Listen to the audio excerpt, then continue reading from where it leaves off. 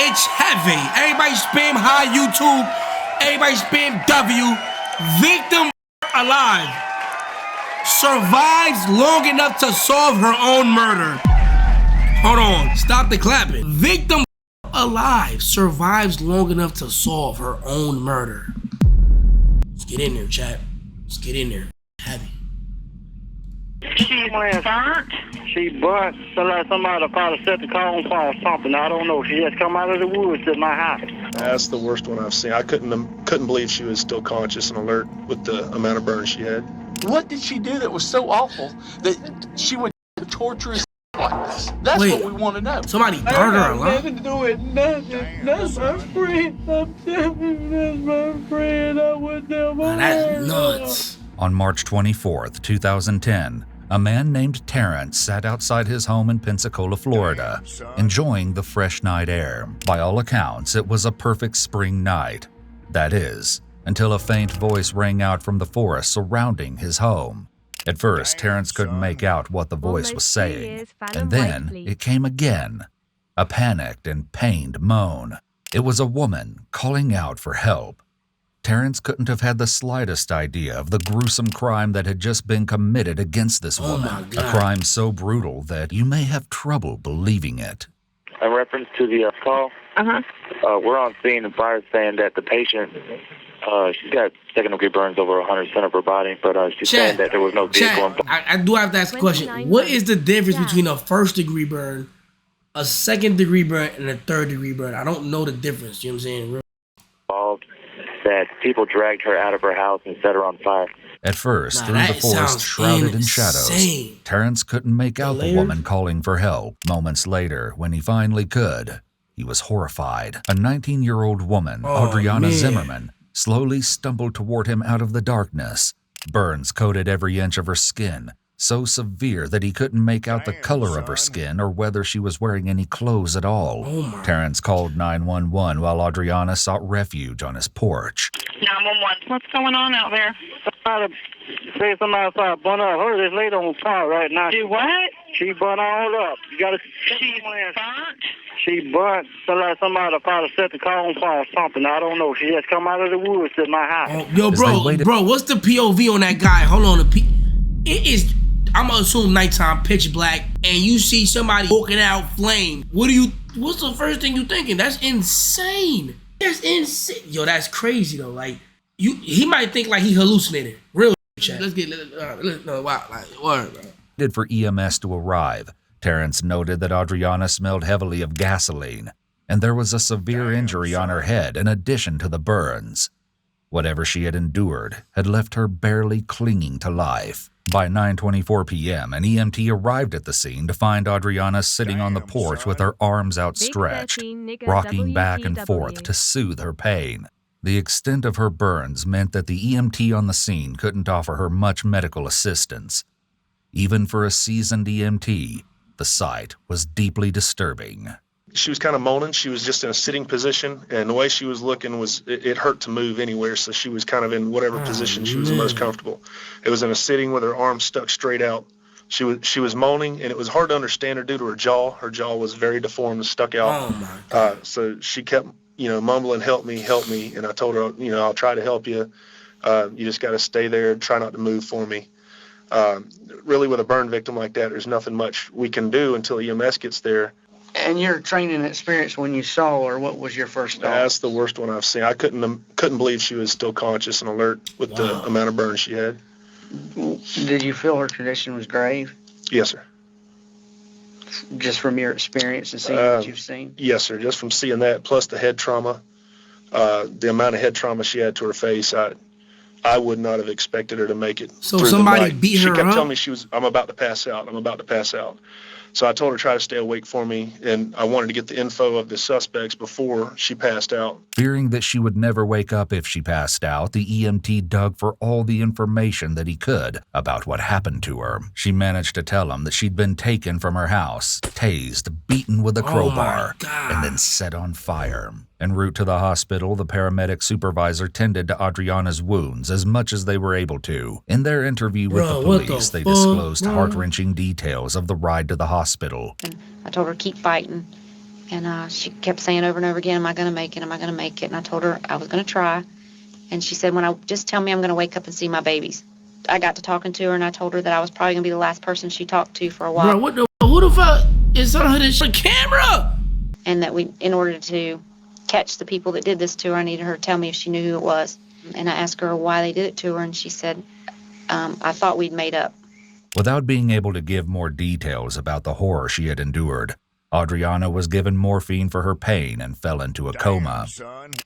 Investigators were desperate to find the perpetrators behind such a heinous crime. It wasn't long before they inferred that wading through all the convolution and getting to the heart of the horrific incident was she able to give some information though? Clear cut. Like, this is we need to know, Cypress like, Trail if she gave Mobile a, Home you mean? Park, where 19-year-old Adriana had only lived for a few months before the horrific incident took place. Adriana moved to Florida with her children from her hometown of Lubbock, Texas. Her family, who lovingly nicknamed her Augie, missed her from the moment she left for the Sunshine State. She was a loving, dedicated... I'm sorry, why are you saying, stop standing like that? First of all, what's wrong with you, bro? Why they was standing like, you know what I'm saying? I don't know. Wait, she was 19? Nah, let's go back over there. Let's really, come on, lock in, chat. Like, everybody spam lock in. Everybody spam lock in. This is Cypress Trail Mobile Home Park, where 19-year-old Adriana had only lived for a few months before the horrific incident took place. Wow. Adriana moved to Florida with her children from her hometown of Lubbock, Texas. Her family, who lovingly nicknamed her Augie, missed her from the moment she left for the Sunshine State. She was a loving, dedicated mother to her 2 children, and her final words before she fell into a coma confirmed this. En route to the hospital, barely clinging to life, she repeatedly asked the medical professionals to take care of her children and check on them since they were home alone. Mere hours after Adriana was taken to the hospital, law enforcement arrived at the trailer park. They knocked on Tina Brown's door at lot number 3 of the trailer park, where she lived with her 16-year-old daughter, Britney Miller. Then they knocked repeatedly at lot number 1, where Heather Lee resided with her husband, Darren Lee. For nearly an hour, no one responded, until finally, after incessant knocking, Heather answered. She, Darren, and Tina had been holed up inside her home the entire time. By then, the police had plenty of questions for them. Throughout the interrogations you're about to see, law enforcement is forced to wade through a sea of contradictions and lies created by suspects who were seemingly racing each other to dry land. That race to escape began the moment Heather Lee was put in a cop car to be brought back to the station for questioning. So they know something. The following footage has been analyzed by a qualified team, including a licensed professional counselor and a licensed attorney. It's cold in here. All right, we'll tell him. Heather Lee. She said she's cold back here. Can you tell me what's going on? Huh? Can you tell me what's going on? Just hang tight, okay, dear? Okay. Chat, do y'all think, as of right now, this is the first time we seeing this, they got something to do with it or not? They got something to do with it or not, chat? I say no. I say, well, I don't know. I cannot say no. I don't even know. Like, right? Like, why would I? You know what? Let's keep watching. Okay. After setting Heather in the car, the police leave her alone for another 20 minutes. She fidgets anxiously in the back seat. What's your full name? Heather. H-E-A-T? H-E-R. You work anywhere? No, sir, not at the time. Several witnesses and neighbors interviewed alleged that many people in the trailer park sold illegal substances or allegedly worked as escorts, including Tina, Heather, Adriana, and their partners. In the 4 months leading up to the battery of Adriana, cops had visited the trailer park 25 times. Damn. But this time would prove to be the most ghastly, heartbreaking visit of all. What is going on? Okay. Well, first of all, we're investigating a battery here with your neighbor there behind you. Adriana? I guess. The lady lives behind you. Listen to me now. Okay. I'm going to ask you some questions. Okay. I just seen Adriana earlier today. All right. My name is Investigator Watts. I'm with the Sheriff's Office. And we were called out here on an aggravated some type of disturbance tonight, okay, where your neighbor was critically injured, and you have been implicated, maybe having some knowledge or information or even being involved. Okay. I have to ask you some questions, but before I ask you any questions, hold on, it's heavy. Being involved. Okay does not deny involvement. To be fair, damn son, I feel like I would have did the same thing though. I'm like, alright. Cause I don't want to say more than anything. I might not even talk, but usually I say okay or like that right there. You know what I'm saying? Cause like you don't want to say too much, cause you know what I'm saying. They might involve you in some shit you got nothing to do with. So that's why I don't think this is crazy, but whatever. I have to ask you some questions, but before I ask you any questions, I'm gonna have to advise you your rights, okay? The detective reads Heather her Miranda rights. Okay, quick recap for the new people coming in right now. So there was a 19-year-old girl. She was alive, all right? And someone found her, and she was still alive. So she was able to say like a couple words before she passed away. And that's it. That's pretty much where we at right now, right? She accepts them rather calmly, but her calmness and patience will start to wane as the police begin to really question her.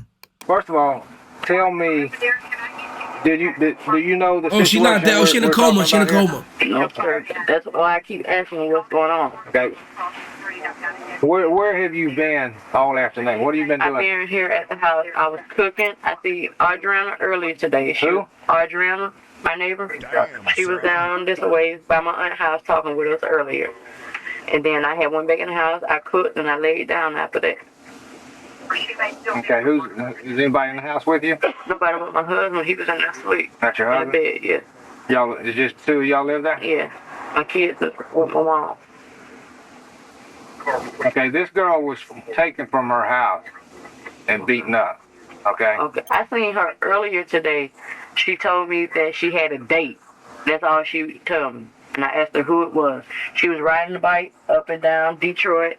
And I asked her when she went that way, I said, where do you keep going when you go that way? She kept saying Fowler. But she would never tell me where on Fowler. And then she said, girl, I got a hot date tonight.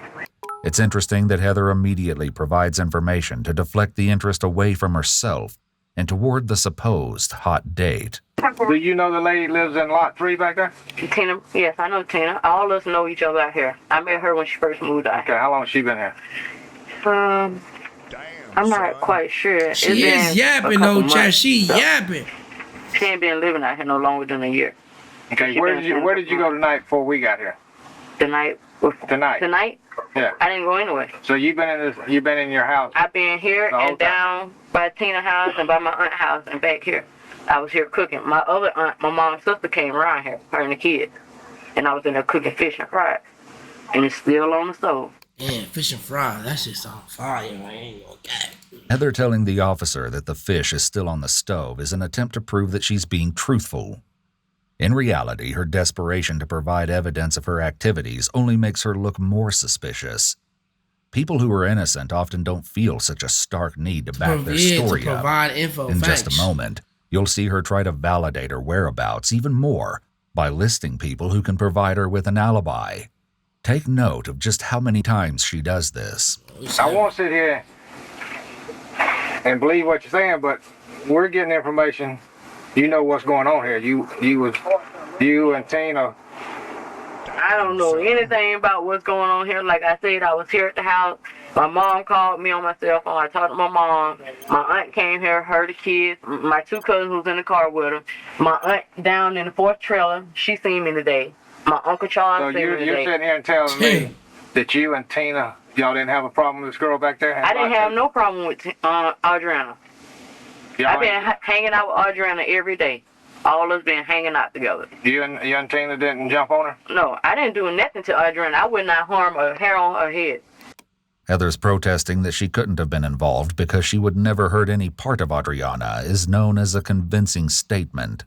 This type of statement is often a sign of deception, as a truthful person's first instinct would likely be to outright deny an allegation, rather than try to convince the person posing the question of something.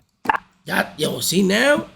Oh, Cam. Oh my God, bro. All right, I'm gonna have to turn off the cam. Wait, can I talk though? I can still talk, right? You guys can hear me. All right. See, it's super heavy. She doing a lot right now. She doing a lot. Just spam 1 if she doing a lot. She gonna get caught up. Hold on, let me turn on my Elgato key light. Other than that, I haven't had any problems with her. Her kids, I always have her kids with me. Me and Adriana is just like that. Ever since she moved out here, we became friends. Here, Heather's palm seems to be facing up as she's speaking. The palm-up position is not very affirmative, and it suggests that the speaker is asking or pleading to be believed. This may indicate that she's feeling uncertain about the statement she just made. And the kids, I love the kids. They went with me to get my hair done and everything. I seen her this morning, and then I seen her about 2 and about 3. Where'd you see her at? I seen her down this way by my aunt's house. She was right down there. Yeah, she was right down there. That's when you. Y'all think she got something to do with it, or she know the person that did do it? You know what I'm saying? Like that's more a better question. Well, you were down there when you saw her? Yeah. Those 3? She came over to the car. So you're saying you saw her 3 different times today? Yes, I seen her and today. She was down there? She was down there. She was talking to me. Is that all you know about this? Yes, sir.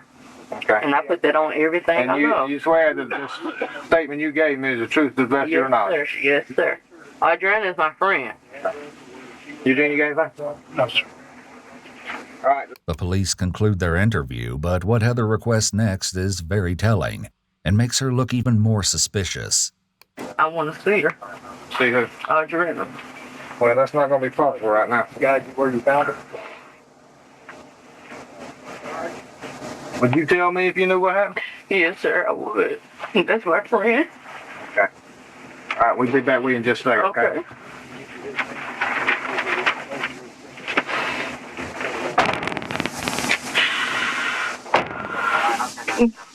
Once more, Heather is left in the car.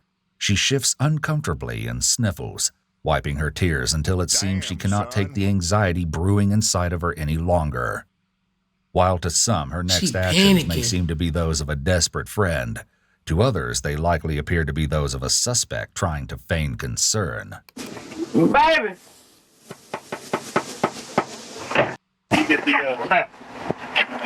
I wanted to know what's going on. Huh? I wanted to know what's going on. Didn't the investigators tell you already? Yeah, they told me that, but... Okay, well, I can't tell you any more than what they told you, sweetheart. All right, they didn't tell me I was under arrested or... No, you're not under arrest. Okay, now, okay. How can I find out where can I go see her at? You just got to wait, okay? And then when they all get done, I can find out? Yes, ma'am. Okay. All right. Okay. Your husband will come in here. He wants to talk to you. Okay.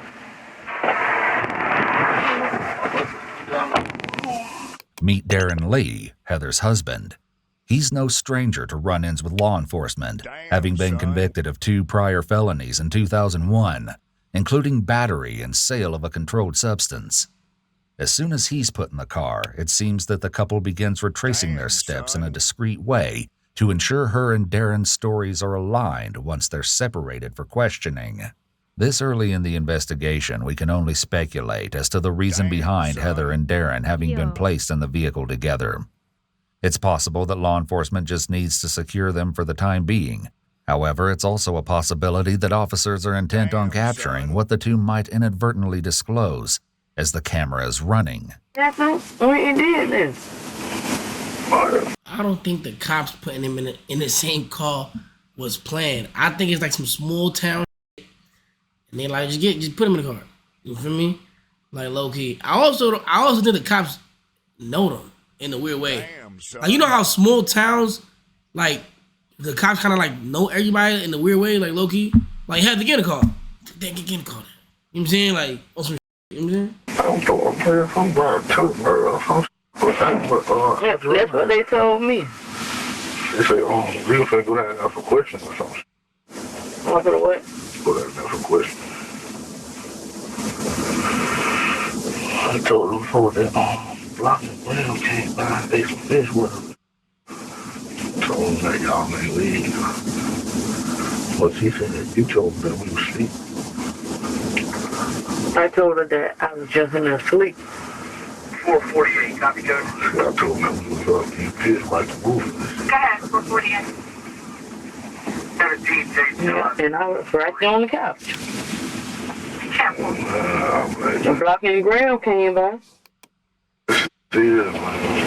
I'm bored, man. Wait. Okay, I low-key don't think he got. I don't think he got something to. They up. I don't know. Something tell me. I don't fucking know that. Alright, let's keep watching it. Okay. Well, I'm not losing. They get my team back for enough questions. Y'all let them charge this and shit. You don't have y'all questions. I ain't got no problem with going. Like I told him. I seen Adriana earlier today. They talking about the gas can and everything else. What gas can? Gas can from the floor. The gas earlier today. They talking about the gas can and everything else. What gas can? Gas can from the floor. The gas. Them gas cans being on the porch. I don't even know who gas cans are there. I thought it was Jerry. I thought it was Jerry. I don't know who gas cans those is. Heather's reaction to Darren mentioning the police taking gas cans off their porch is rather frantic and over the top. Them gas cans being on the porch. I don't even know who gas cans are there. Especially considering the fact that at this time, officers had not even disclosed that Adriana was burned. I ain't know what the hell was going on. Oh my God. I low-key deadass think that he don't got nothing to do with it though. Some tell me he don't know what the fuck really going on. But I think now that she do got something to do with it, bro. You know what I'm saying? I think she probably like, or maybe, I don't know, bro, but I think bro over here, I don't think he, you know what I'm saying? I don't think he knows. They told me I just seen her today. And now they saying she in intensive care. I seen her before it got dark. All right, man. She asked me for a band-aid today. I'm gonna give you about a minute more, say your things, and we fixing to go. I need to talk to you real quick. All right? I'll give you about a minute more. Say goodbye. Hey, am I on arrest? You are not free to go at this time, so you can consider whatever you want to consider. You're not free to go right now. Nah, okay. It's heavy. Okay. It's heavy, Chad. Everybody spam it's heavy in the chat. Spam it up. You are. Hey, ow. I think you're detained at this time. How about that? So we get a chance to talk to you. Oh. The two are being detained as the officer has reasonable suspicion that there is criminal activity afoot, or evidence of criminal activity to be found through the temporary detention and questioning of the individuals. A detention is different than an arrest, which requires that the officer has probable cause to believe a crime has in fact been committed, was in the process of commission, or was about to be committed. The standard for probable cause is higher than that of reasonable suspicion. Reasonable suspicion must be based on specific and articulable facts, combined with rational inferences from those facts, and the suspicion must be associated with a specific individual or individuals being detained. I'm kind of trying to get me involved in whatever happened with that. Told me, I don't know, man, they ain't seen that all goddamn thing. You get my phone and call Gene. The Gene that Heather is referring to is an attorney who she will be asking for rather frantically soon. After this, Heather, Tina, and Darren were brought to the station for further questioning. However, there was still one person missing whom cops desperately wanted to speak with, 16-year-old Britney Miller, Tina's daughter. Tina told police that earlier Britney had left for the hospital with her friends, Jessica and Mallory, in Tina's maroon SUV. Britney had hurt her hand, though Tina told investigators that she didn't know how. Investigators searched the area for Britney and the SUV, but their initial searches proved fruitless. Britney's name, car make, and model, and her physical description were broadcast to all patrol units in a desperate attempt to find her. Without Britney in custody, back at the station, the thorough questioning of Tina, Heather, and Darren began. On top of their stories contrasting with one another, even their demeanors in the interrogation rooms were wildly different. You have Heather, who is clearly distressed.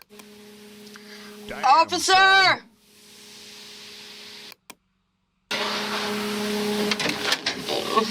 Yes, ma'am. Please give me a nurse or something. Damn, son. For what? I don't feel good. I wouldn't be feeling good Nah, she been panicking since the cop car chat. either right now. I I'm having an anxiety attack. I have anxiety attacks. I've already called. They're supposed to be coming back to you. Okay? That's all I can do right this moment. Okay. Sit up there in that chair up there and set your head down on that desk. Just breathe right. Okay? Okay. Damn, son. Please let it be alright.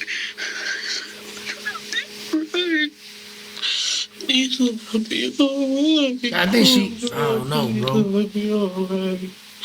Let it be alright. Please let it be alright. Heather's anxiety is tangible in the 30 minutes she's left alone in the interrogation room. Bro, why y'all keep telling me happy partner anniversary, bro? Like, my nigga, I'm not throwing a party. Like, is that the way for you to get invited to the party or some shit? Bro, stop telling me happy partner. Why y'all keep saying I'm a partner anniversary, bro? Why y'all keep saying happy partner anniversary? Why y'all keep saying that, bro? Y'all all keep saying the same thing, but y'all trolling me today, bro. Like, what we doing, bro? Come on, lock in, bro. It's just crime time, bro. Twitch doing it. Damn, oh, it's my anniversary on being a partner. Oh, how many years? How many years? Is it only 1 year? I don't know how long I've been a partner for. What I do know is I've never been banned before. Facts. I don't know why I be, you know what I'm saying? I'm a good kid, chat. Okay, I'm a good kid, chat. And as you'll see shortly when her interrogation continues, she has every reason to be anxious. Her husband, on the other hand, didn't seem entirely concerned when he was interrogated, even casually chatting with someone on the phone beforehand. Well, no, man, I'm alright. Darren. You know what I'm saying? That's my cousin named Darren. Copacetic right now. Copacetic. Everything copacetic. Everything up. Copacetic right now. Damn, Use. Oh, yeah. All right, dude. Know that.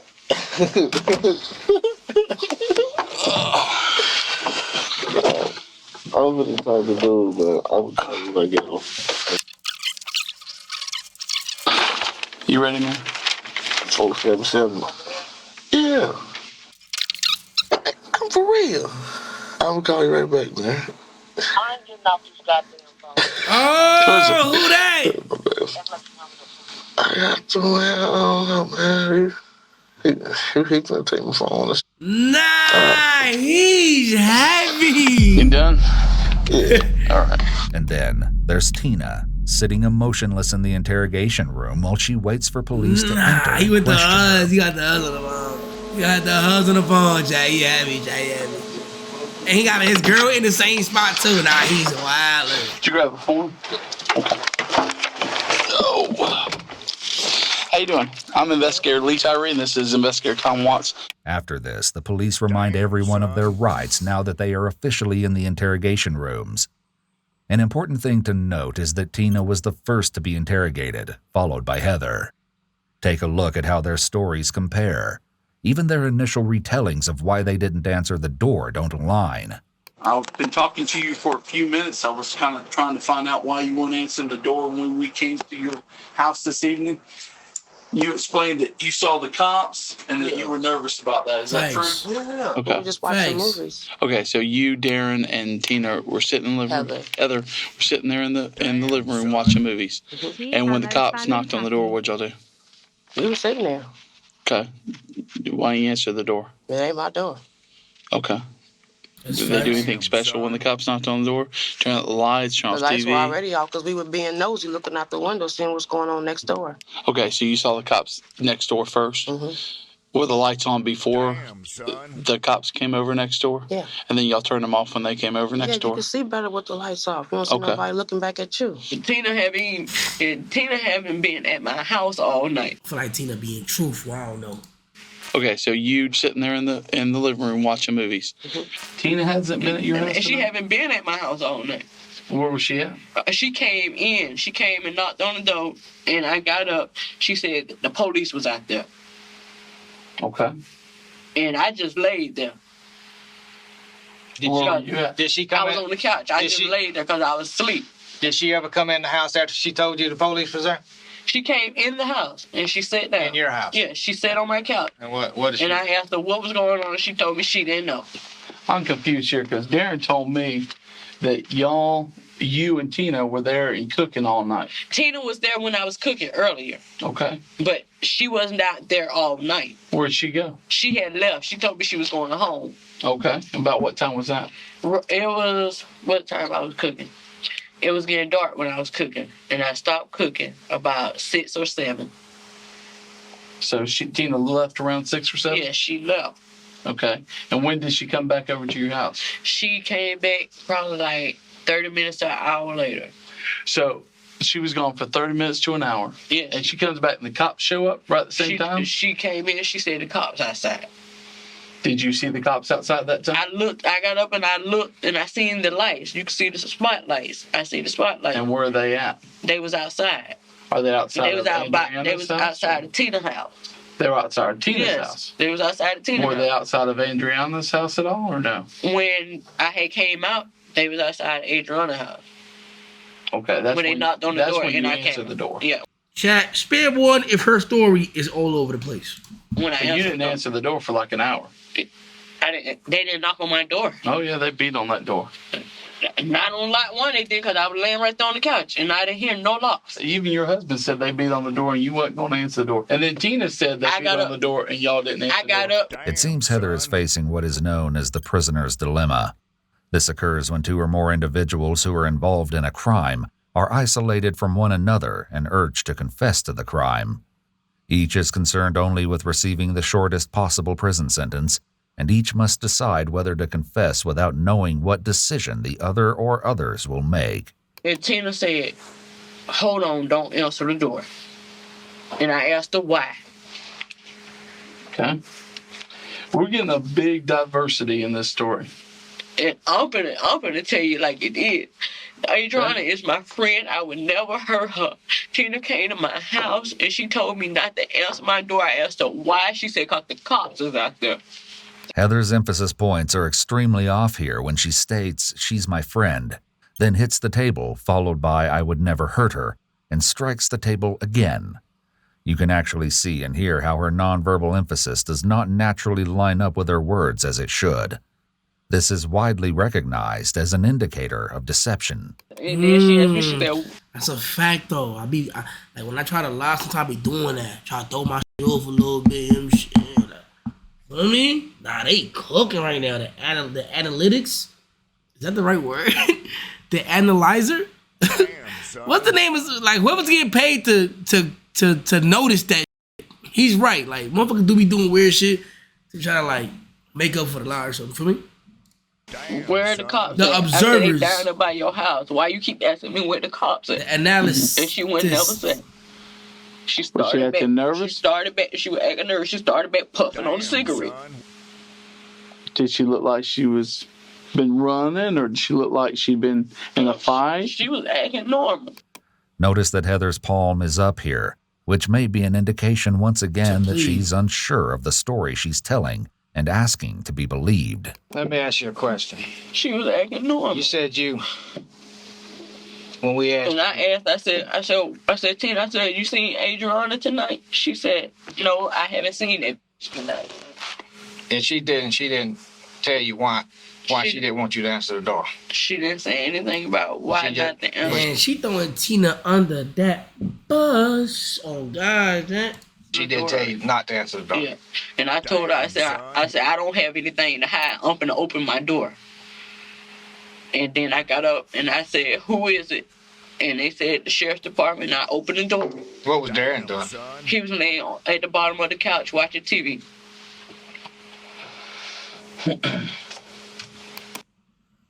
And you're absolutely sure of this?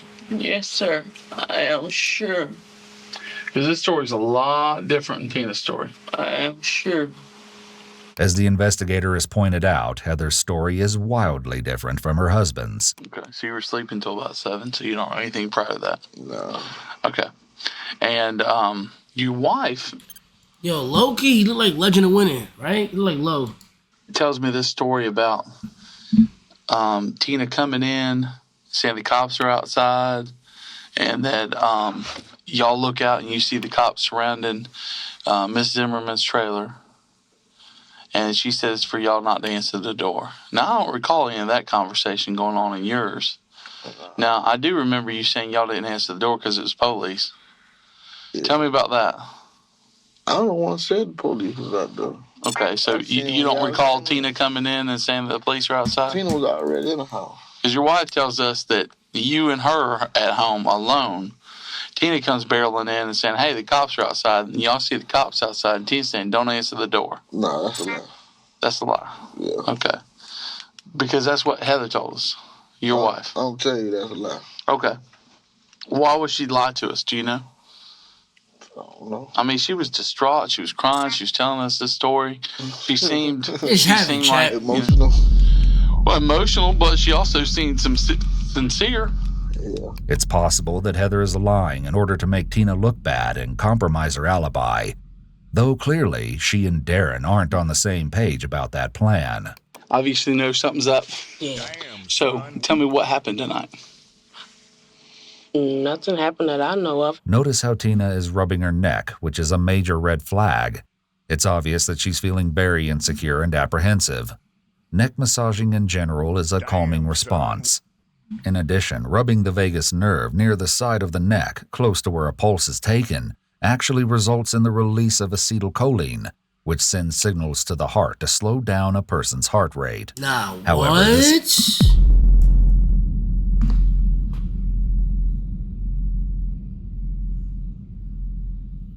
How you do that?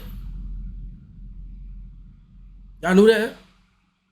I never knew that. But you learn something new every day, chat. Every day you learn something new. This isn't to say she's guilty, as she's clearly in a stressful situation. What? But it's also an important tell to take note of. See your arms and hands if I could. Okay? Can I see the top Too fat, bro. Won't work. There's old scars on there? Yeah, I have a puppy. Okay, and what's this right here? That little scratch there. This? Yeah. I have a puppy. Okay, and your puppy caused that? Look, I'm going to move here. Got your chin? Okay. Nothing new. All right. Yeah, so where were you tonight? At Heather's. At Heather's house? Well, I was at home. My daughters braid my hair, so I was at home, but it started hurting, and her little friends started coming by. Remember what Tina has said here about her daughter braiding her hair. It will prove to be quite important as the investigation continues. So Heather said she was going to cook, so I went down there, and she was cooking fish. French fries. And French fries. That shit sounds wavy right now, though, chat. Okay. And did you go anywhere from there? Mm-mm. You were there all night until the cops came up there? Mm-hmm. Tina has put her hand to her mouth here. Whether conscious or not, many individuals will attempt to hide their lie by physically covering the source of their deception. What time did you go over there? Probably just started getting dark. Okay, so about sunset, you go over to Heather's. Mm-hmm. Was anybody over at Heather's house when you went over there? Just Heather and her husband. Do you know what happened to Adriana tonight? No, I don't. Heather just said she got beat up, but that's all I know. A little bit more than that. Damn. And what was Darren doing while y'all over there cooking? Anything? Laying on the couch watching movies. Okay. All right, but you were home all night. You didn't see any kind of disturbance going on over there before the cops came over there or anything? No, we would have heard something. You said you saw Adriana earlier today? Mm-hmm. What time was that? Adriana was coming and going on a bicycle. Okay. You remember the last time you saw her? Was it while you were still over at Heather and Darren's? I didn't come back out when I went to their house. We were cooking then. Okay. So it had to have been before sunset. Mm-hmm. So you saw her during the day. Mm-hmm. Okay. And once you went over to Heather and Darren's, you never left there? No. You didn't go get anything or go anywhere at all?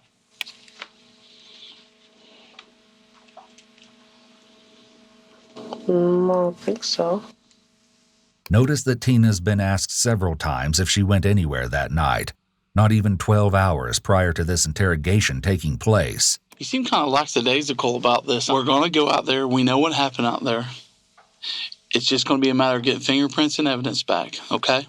Out where? It happened at her house? No. Didn't hear... It didn't.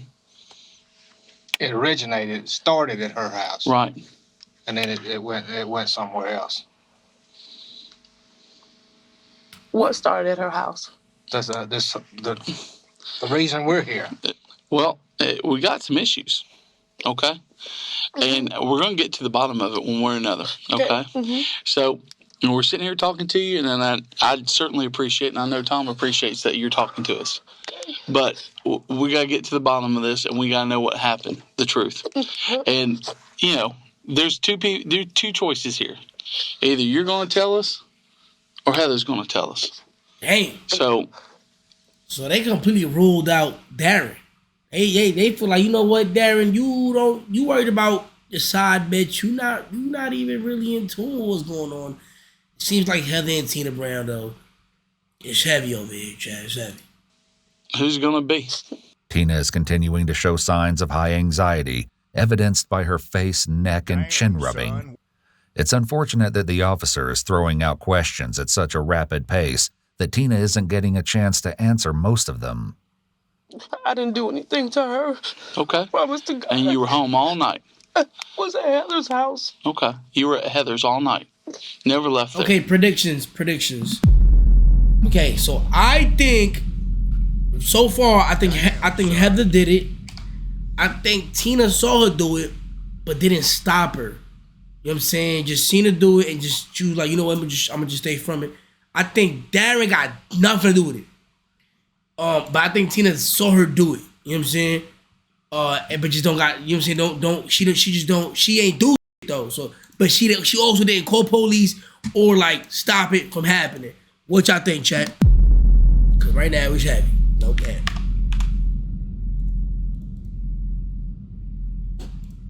Damn, son. Because, see, the story between Heather and Darren is already shaky. And your story is a third version of what they've told us so far. Okay? Now, there's pieces and parts that are the same, but they aren't exactly the same. Okay? It concerns me. It sounds a little too good, and then the parts that they're breaking up, I don't understand why they're not saying the same thing. Okay? And so we need to get to the bottom of this, and somebody's life may end over this. We're getting told that she's in pretty critical condition at this point and not likely to make it. So that's why we're here. Do you understand what he's saying? Not likely to make it. Yeah, she's about to. Yeah. Okay. That changed gears. When she dies, it's going to change gears. Okay. I didn't do anything to her. Okay. I don't want you to tell me anything other than the truth. Okay. I didn't do it. Okay. Still got a problem. Got anything? Chat, should I put the camera over here? No. Right here? Should I put the camera right here, chat? Right here, chat? No? Oh, yeah. If you know anything and you're withholding it, you want to be the first one on board. Over here? You see what I'm talking about? Because once we get everybody to, all the information, there's not going to be second chances. And like I said, if she doesn't make it, you're trying to be sleeping with a lot of girls, a lot of guys around there. I realize that. One of them could have did it. I didn't do it. I promised to go. While Tina maintains that she had nothing to do with the attack, Heather takes a much different approach. Their behaviors are as different as their stories are, and they only grow more dramatic as the interrogations continue. Hey. Oh, I hate it. Go grab one across the hall. Sugar, you all right? You know, worried about Audra. Yeah, I am too. Damn. I'm very worried about Adriana. My friend. Tell us what happened. I don't know. Wait, y'all saying so Adriana was messing with Darren? And then... Oh, it's heavy, I'm trying to tell you. I seen her earlier today. It seemed like everything was all right when I seen her today. Yeah, because I'm trying to piece together why I think. Like, why would... Look, right now, I think Heather did it. I think Tina saw it happen, and I think Darren got nothing to do with it. But why would they do that? And if they all be in the trailer park, I'm just assuming they probably got like some sort of rule, like, yo, y'all can't our husbands though. You know what I'm saying? Y'all can't do that. Yeah, I'm trying to push it together. Chat, chill, yo, just chill. Let me tell you a little bit what's going on, okay? We did get a chance to talk to Adriana before she went to the hospital. She told us a few things. She told us who did this to her. She told us where they took her and what they did to her. Okay? Why do you think I'm talking to you? I don't know. I would never hurt her. I always have protected her when she got into it with people in that trailer park. Heather's statement here left investigators wondering about what kind of things everyone in the trailer park were getting into with each other, and what motive it may have provided for brutally attacking Adriana. She's also, your friend told us you did this to her. We need to go over what you did tonight, okay? Yes, sir. We just talked to your other friend. Yes, Tina sir. Brown. Is that your friend too? Yes, all of the trailer park. And how about her daughter, Britney? Britney. Where were y'all tonight? I was at home when they came to the house. I was right there in the same spot. They on their couch going to sleep. I absolutely believe you were at home when we came over there. Where were you maybe half an hour, 45 minutes before that? I was at home. Okay. I was at home. My aunt came by my house. I was in the house cooking. You know what time your aunt came by? Movies. It was almost dark. Okay, well, we came over to your house and started knocking on your door about 10 o'clock at night. Almost dark and 10 o'clock at night is a big difference. There's about 4 hours missing in there, okay? A good 3. A good 3. The lady in trailer 4, that's my aunt. She seen me. Jerry and Heather, a lot of more people seen me at home. Listen to me. You see me about dark and 10 o'clock, there's a lot of hours in there. I was right there on that couch. Okay. So that's where you're saying you were right there on that couch. Graham and Blanca came to my house. They were laying down watching TV with us. Okay. Anybody else come by your house? My aunt, my cousin Crystal, my cousin Kizzy, the little baby Junior came by. Graham came by, Blanca came by, and Jared was at my house. Listen to me. And what time did they get by and what time did they leave? It was dark when Jared came by there. He always come down there and ask me for cigarettes. What's Jerry's first and last name? His name is Jerry Johnson. That's my uncle. And my aunt name is Terry Smith. We talked to them at the scene, I believe, didn't we? They stayed down in the trailer floor. I think we got statements from them down at the end. My recollection was they didn't see her this evening. It was about 2 and 3. I was saying I don't care about 2 or 3 in the afternoon. I care about tonight. That's the only time I see Audrey, and I haven't seen her since then. 2 or 3 in the afternoon doesn't matter. What time did your aunt and Terry Smith come by? Terry was at home. Her son came. She's trying to lie, but she making it harder for herself, bro. Now I asked him to go over to the store to get me some fish fry. Okay, that's before you start cooking. That's before dark. Yeah. After dark, after you cooked, after dark, who comes by? Jerry was the only one came down. He came down for a cigarette. Jerry Johnson. Yes, he came down. And you remember about what time that was? I'm not sure what time it was, but he came for a cigarette. And it was dark. Yes, he asked me for a cigarette. I gave him a cigarette. Okay. I've been at the house all the time, and I've been trying to find out where she was at. Everybody telling me they didn't know where she was at. Heather, why would you be wondering where she's at? Because she always hang out with me every night. We always hang out every night. And I feed her kids and everything. The last thing she told us was you came in there along with your friends, dragged her out of the house. I put down everything I love. I put down my children's life. Burned her? Yeah. And that's the last thing she told us. Wait, what the fuck? Friends, dragged her out of the house. The last thing she told us was you came in there along with your friends, dragged her out of the house. I put down everything I love. I put down my children's life. Burned her? Yeah. And that's the last thing she told us. Burned her? Yes. Yo. See, I ain't know nothing about her being burned. So tell me, what went on tonight? I didn't see her tonight. I see her earlier. And I Move cam. It seems fair to say. I'm in the way of what? Oh. And I feed her kids and everything. The last thing she told us was you came in there along with your friends, dragged her out of the house. I put down everything I love. I put down my children's life. Burned her? Yeah. And that's the last thing she told us. GPA with the big 5 gift stage. See, I ain't know nothing about her being burned. So tell me, what went on gift days. I see her earlier and I've been at my house. It seems fair to say that detectives aren't buying her story.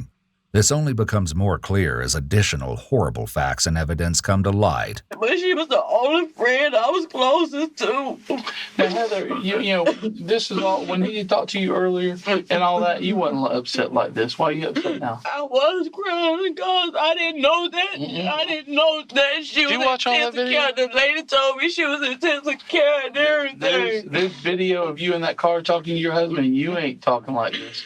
He was asking me, did I see her today? I told him I seen her earlier today. Well, you know, we watched the video too, and we saw how you answered this question. I don't care. I didn't have anything to do with this. I'm upset because this is my friend. We talking about this is my friend. You said that's gonna die. This is my friend. You say gonna die. That's why I'm upset because you telling me my friend's gonna die. I've been pretending. I've been pretending. I think she capping. No cap. I've been talking to her mom every time she get into it with them. Who you got protect her from? Because she been getting into it with Tina and everybody. Okay, so what's her and Tina got a beef over? Her and Tina said they get along fine. Me and Andrea being just like that. What's wrong with Tina's the one hanging out at your house tonight, right? Yes, all of us is friends, but she wanted me to go out of town with her to be her mom. And I promised her I was gonna go with her. I promised her I was gonna go with her to see her mom. I was trying to help her get some money to get home to her mom. Because she didn't have anybody here in Pensacola. At the time Adriana was attacked, she was trying to leave Florida and return home to her mother, where she could get a fresh start at a healthy life. It's tragic that that opportunity was taken away from her. Whether Heather was actually trying to help her is uncertain. But there's no doubt Heather's hoping presenting herself like a savior to Adriana will make her look less guilty. When I asked you about Adriana and her date, you said he was supposed to come pick her up, is what she told you. Yes. And then you said you were sitting at your house and you saw a set of headlights come down the driveway. You can see headlights coming in. But you didn't pay no attention to it. No. So I don't know if he picked her up or what. Okay. But I seen Tina, let's get back to Tina. Okay. Was she at your house at that time? When the headlights came in? No, she was not at my house. Okay. She was not at my house. Did you ever see? We're not asking you to lie about it. What did you see those headlights leave? I seen them came in, they went down, and then the headlights came back up. Came back. How long did they stay down there? They had went down and was down for like 10 minutes. And then they came back up. So you didn't. I could lay right there on my couch by the door and I see headlights coming in. Yo, I'm sorry. I'm so locked in. I'm sorry. Yo, DP live with the big 20 gifted. WDP, yo, it's heavy though. Like, this shit is crazy, bro. This is crazy. Ain't for the big 20. Bro, she stopped crying. She even stopped crying. Like, now she like, all right, she trying to lock in. Like, this is crazy. Tell what kind of car it went to?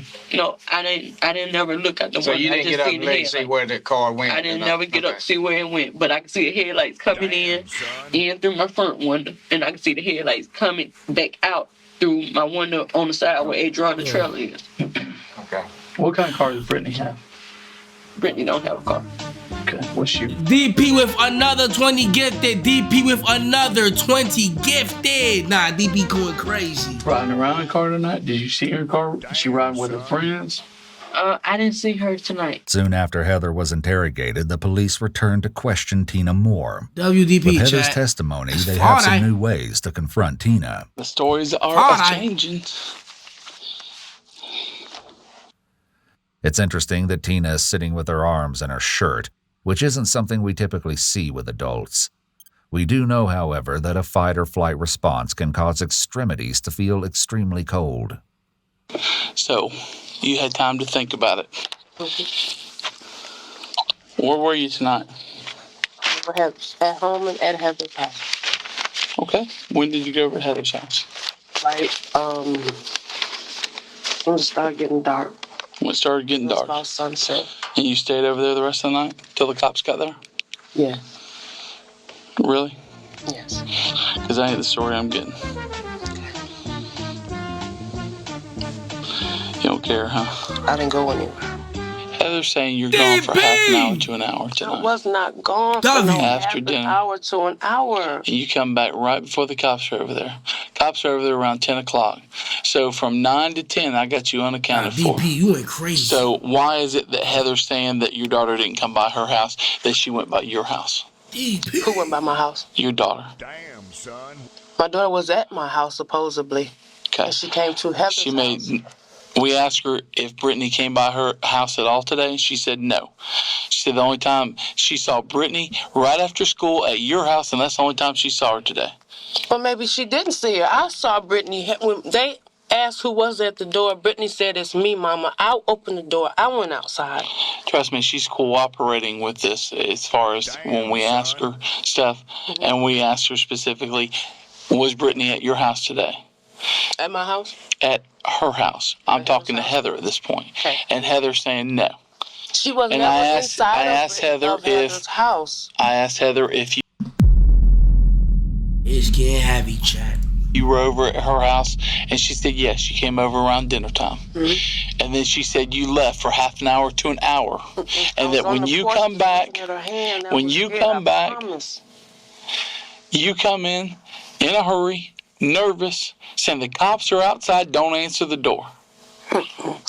Why is Heather telling me this?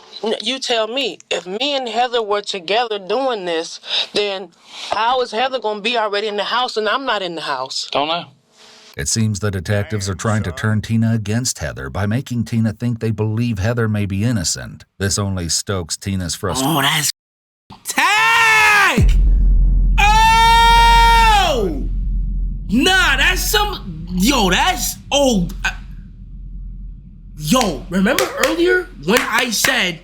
What I said, chat? What I said, because I said what I said. Oh my God, it's heavy. Chat, I said... Heather probably did it. Tina saw it. Imagine somebody telling you, nah, we know she ain't do it, or alluding to that, and then making it seem like you did it. Nigga, what? Oh my God, it's heavy. DP with the big 20 gifted. Nah, he's going crazy. How many is that? That's like 80 gifted.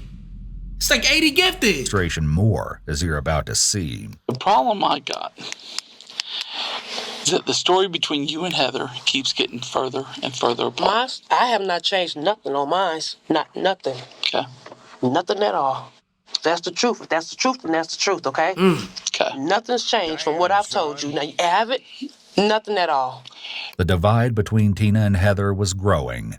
Investigators had enough contradictions between the suspects' stories that the alarm bells were now deafening. When they finally got word that Britney's car had been located behind the house early in the morning, they brought Britney in for questioning. Tina hadn't seen her daughter since she left for the hospital. Her panic when she thinks she sees Britney in the hallway at the station before Britney's first interview is evident. Is that my daughter? Come on. No, that's the other girl that was with you. Come on. That's my daughter's That voice. is not your daughter. You need to step back in here. Britney. It's not Britney. Jesus. I thought Have a seat. Oh, it is Britney.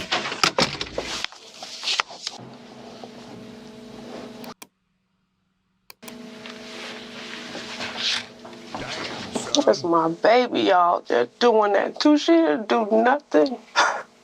Ooh. He probably tell her all kind of lies. Is she afraid her daughter is about to reveal some incriminating information to detectives?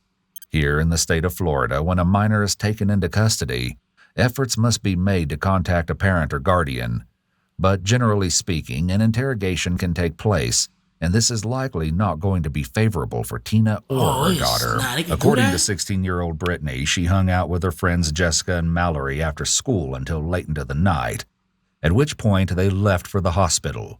Her story of why the trip was necessary and why her right hand was now in a cast is interesting, to say the least. When police ask her to sign a paper indicating that she's been read her rights, she struggles to sign because of her broken pinky finger, bringing even more attention to the mysterious injury. Okay, I have to sign with my left hand. Okay. What'd you do to get that hand? I broke my pinky. It's really sloppy. Yeah, just do the best you can. Why is it that you think you may be here? I know we talked to your mom last night. Did she tell you? What have you been told? That they think that we did something to our next door neighbor. To who? Adriana. Adriana? What is it that you think happened? Have you been told at all? Huh? That I don't know. We used to hang out real good. We used to be real close. And then we just stopped hanging out like that. Just stopped? Mm-hmm. Did y'all have any beefs or anything like that? No. When was the last time you talked to her? Yesterday, around 4 o'clock, probably. Because she was riding a bike. And I just asked her where was she going with the bike. She said she was just going to ride. Short conversation? Yeah, it was short. That was it. Britney explains that she said hi to Adriana when she met her friend Mallory outside Britney's home before the girls entered. Went in the house and I started braiding my mom's hair. And then that's when my other friend came over that lives next door to me. Fucking camera, bro. I'm so locked in, bro. God damn. I don't even know how it's overheating at this point because I turned off the lights. I damn near turned everything off, chat. Feed him, you're black. Hold on, chat. Let's let it cool down for like a minute. Braid my mom's hair, and then that's when my other friend came over that lives next door to me, and she started saying I was hurting her head and stuff, so we stopped, and then she left. Wait, so I ain't gonna lie, Britney's story is on track so far with Tina's story though. Tina said her daughter was doing her hair, and it was doing like she left. Is it not? I feel like it's right on the money. It's right on the money. Other house, and me and my other friends, we just stayed there, just listening to music, dance, watch movies. Who was at the house with you dancing and watching movies? Mallory and Jessica. Mallory and Jessica? Is that it? Yep. Britney explains that Jessica lives next door. The activities began around 5 o'clock that evening, she claims, and they continued into the night. About what time did everybody leave? They stayed the night. Mallory stayed the night, but Jessica, she went home. She went home about 6 o'clock in the morning because we was at the hospital. Because your hand? Yeah. Tell me how that happened. Mallory, we were in my room cleaning up my room, and I asked Mallory to toss me my key. And when she went to toss it, I went like that to try to catch him, and that's when I hit like the corner of the door right there. And that's how I broke it. In your bedroom? Mm-hmm. About what time did that happen? Around 1 o'clock, 1:30, and that's when we left to go to the emergency room. About 1 or 1:30? Mm-hmm. And I went, that's when I went to the house, and I told my mom I messed up my arm, and she told me to just go ahead and drive myself to the hospital. So you took yourself up there? Yes. Nah, Britney claims that Jessica and Mallory went to the hospital with her. And you talked to your mom about hurting your hand before you left? Mm-hmm. I told her I went down, when I heard it, I went down to her house to where she was at, and I showed it to her, and I told her I heard it, and she said, just go ahead and go to the hospital. And that's when we left. So the only times I'm really missing is from about 6 to 1. Y'all dance and watch movies from 6 p.m. to 1 until you hurt your hand? Yep. Did y'all ever go outside the house? Mm-mm.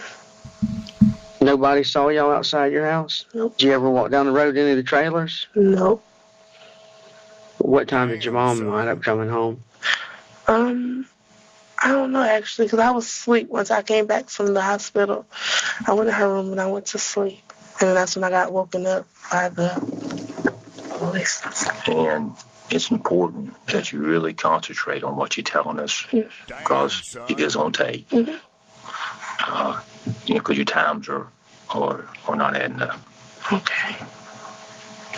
Because you weren't there at your house between 6 and 1. We know that for a fact. We were out there all night. So, I mean, this ain't something we need to even ask anybody else. And it's important you tell us the truth about that, or something that minor, if you want to fib about that. You understand what we're saying? But that's why I've been at the hospital. Well, we know you went to West Florida Hospital, but you didn't stay. Yeah. They were taking too long, so we went to the other one. That's where you got So there, you went immediately to the other one? We know that's not true. Well, that's where I went, so. I mean, you weren't home. Then I was at the hospital. No, you were at the hospital at 1 o'clock, you just said. At West Florida. Where was you before that? At home. You know what time we picked your mother up? Like at 10 o'clock, maybe 11 o'clock. So we were at your trailer. Your mother went inside. We got the title to the car. You weren't there. The truck wasn't there. Then I must have already been gone to the hospital. Since Britney's story is unwavering, the police decide. Why is her story all over the place though? Like, what the fuck, bro?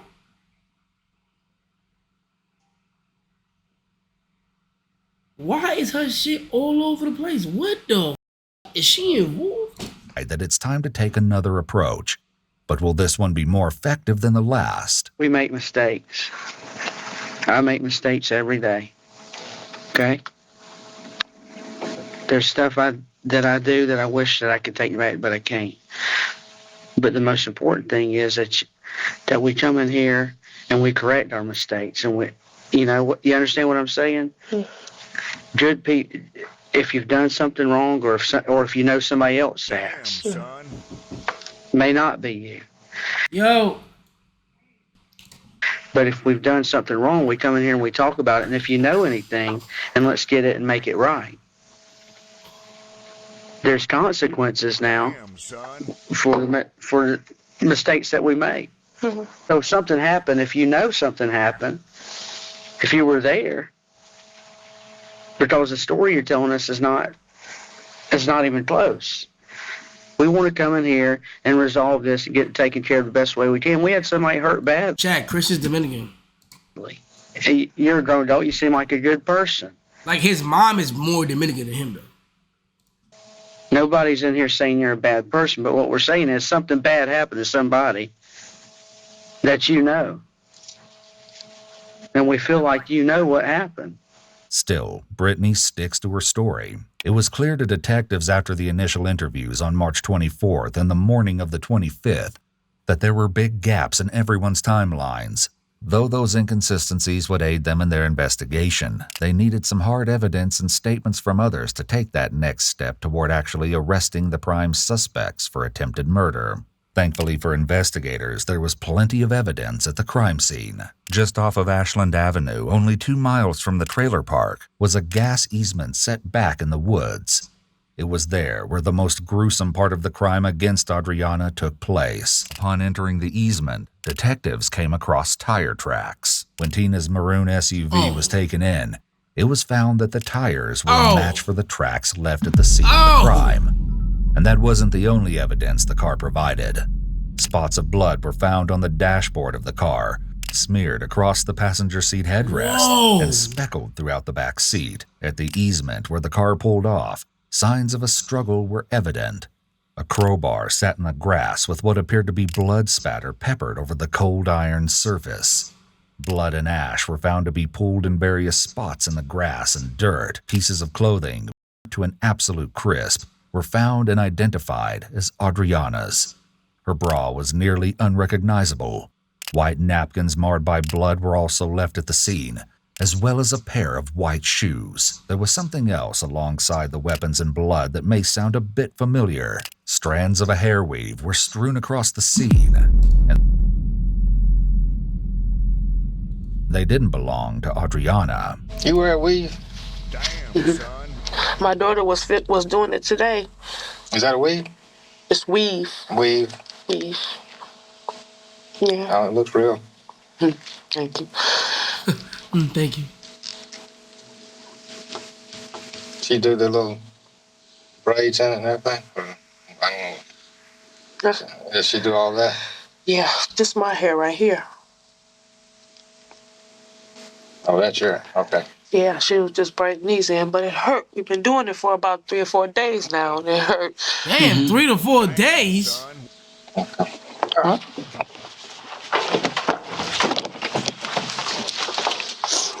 God damn.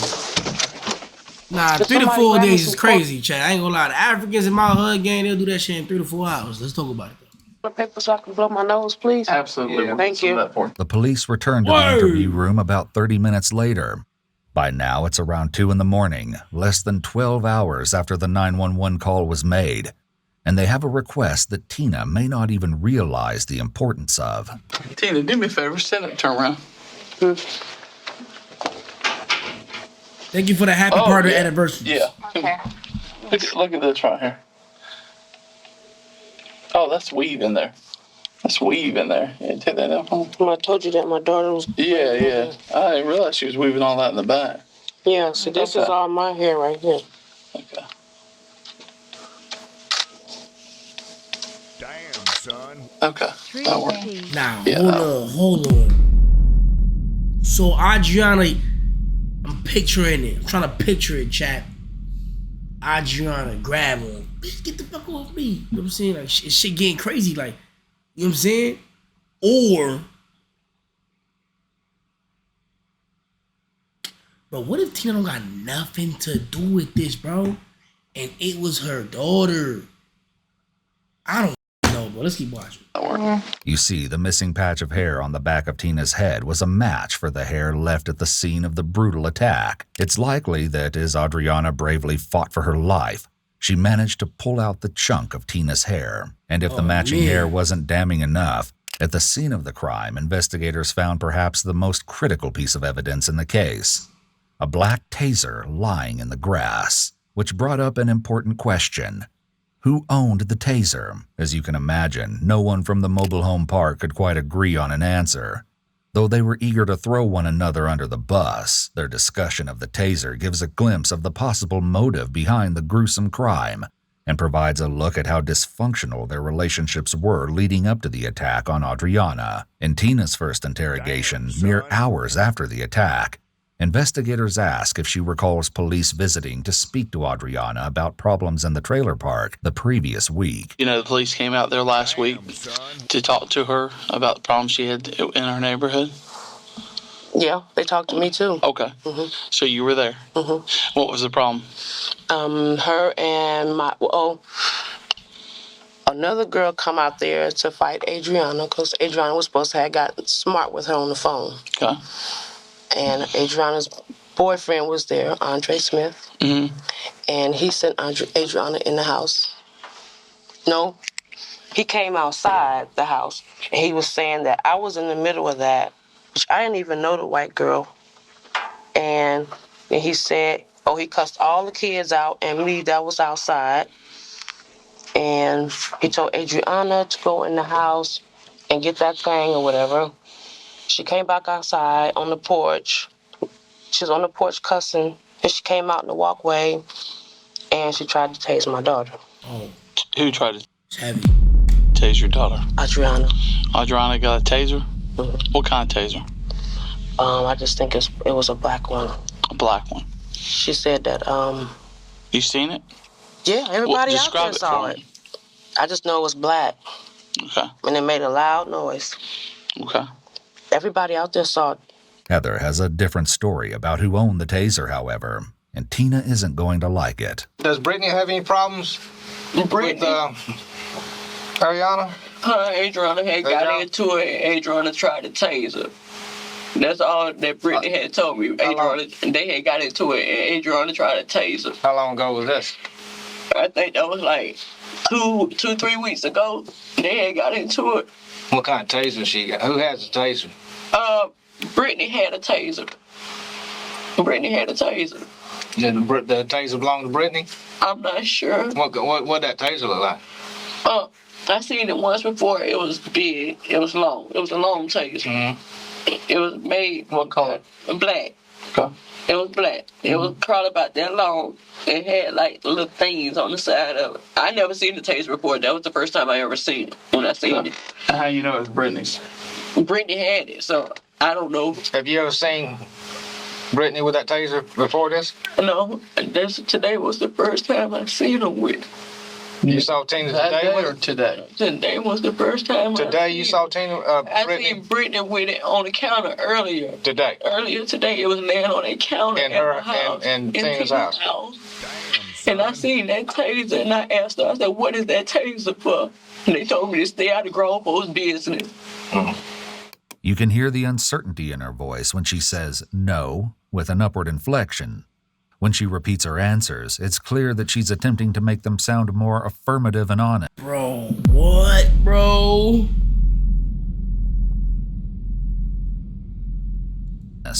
And she's trying to solidify her story. No, today was the first time I seen her with. Today was the first time. Today you saw Tina? Was Tina there? Tina was outside. She didn't hear her say that? No. When you asked her about that? Tina was outside. Tina always telling me to stay out of grown folks' business. When the investigators returned to question Tina after speaking with Heather, they had new information to use against her in their quest for answers. We talked to you earlier about the taser. I told you about taser. What'd you tell me about that taser? That Britney and the day that a white girl came over to fight Adriana. That Andre told Adriana to go get that thing, and she went in the house and got a taser. Okay. Tried to tase Britney with it. Okay.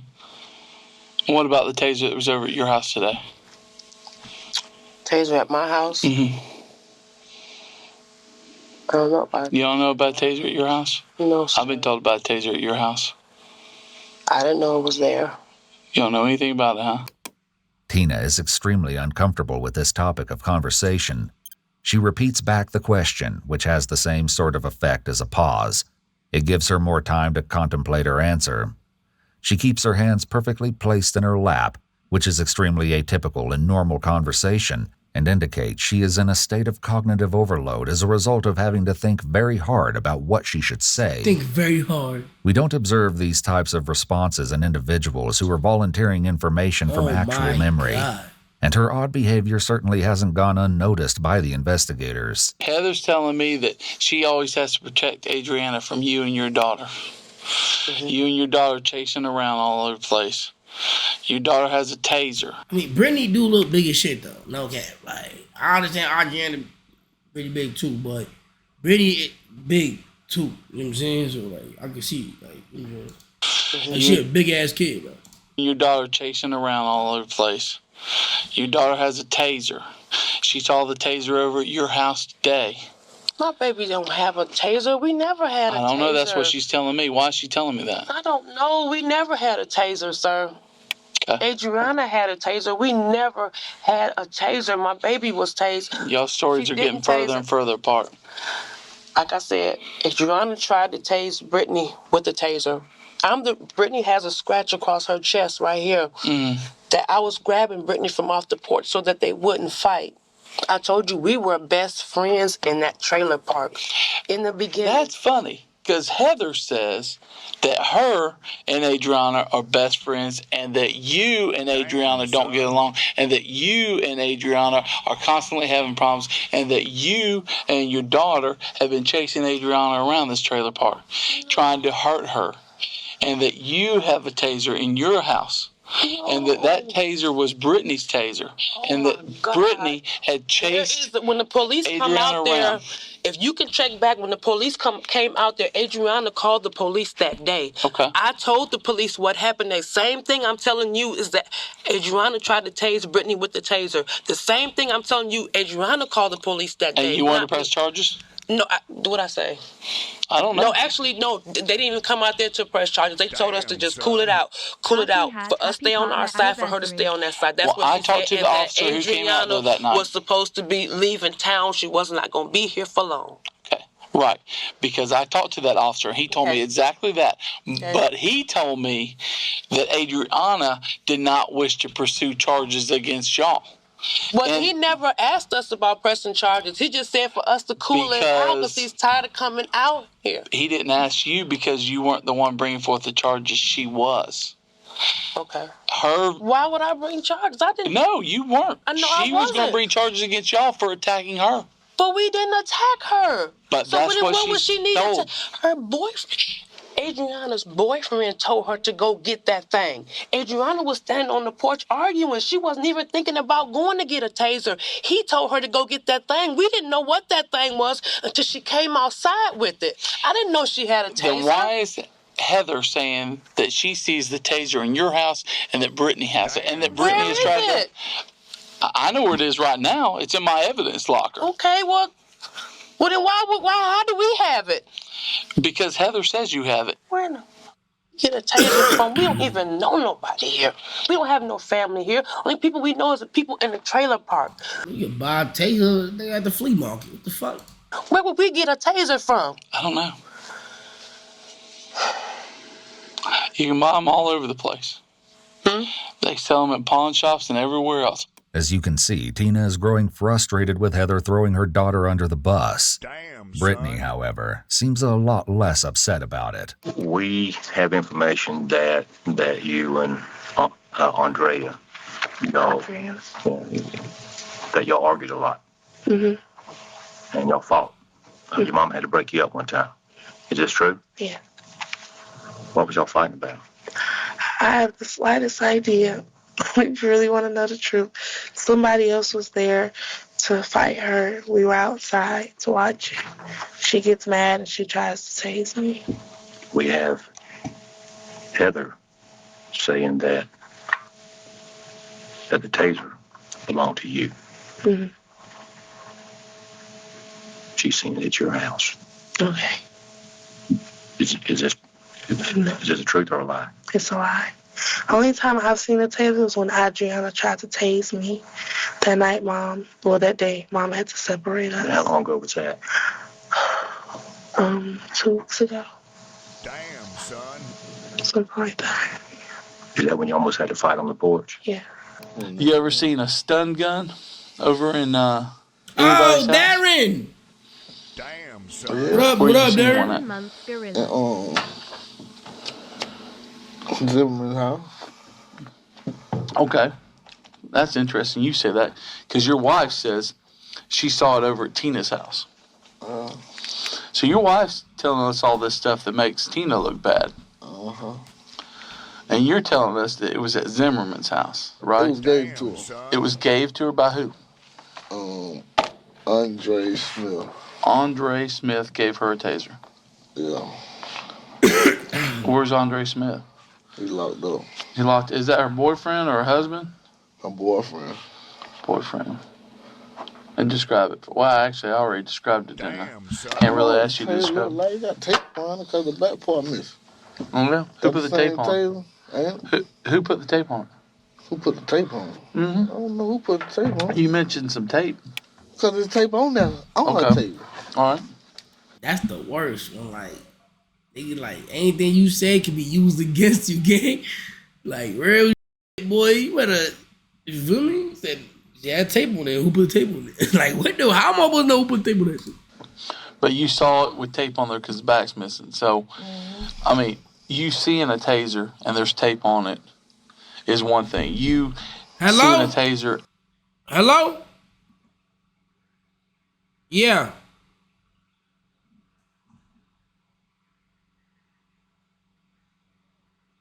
Yeah, I'm all right. I'm a little busy. Can you call back in tomorrow?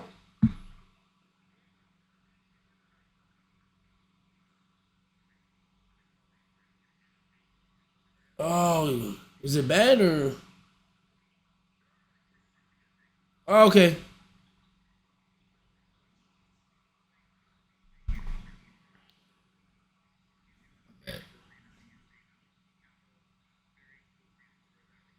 Got it.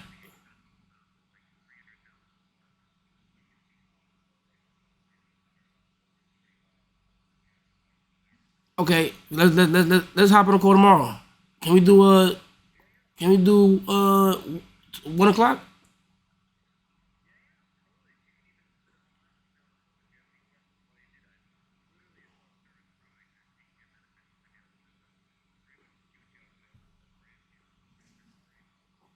Mm-hmm. All right, cool. Let's do that. Yep, 1 o'clock tomorrow. Give me a call. Yep. Mm-hmm.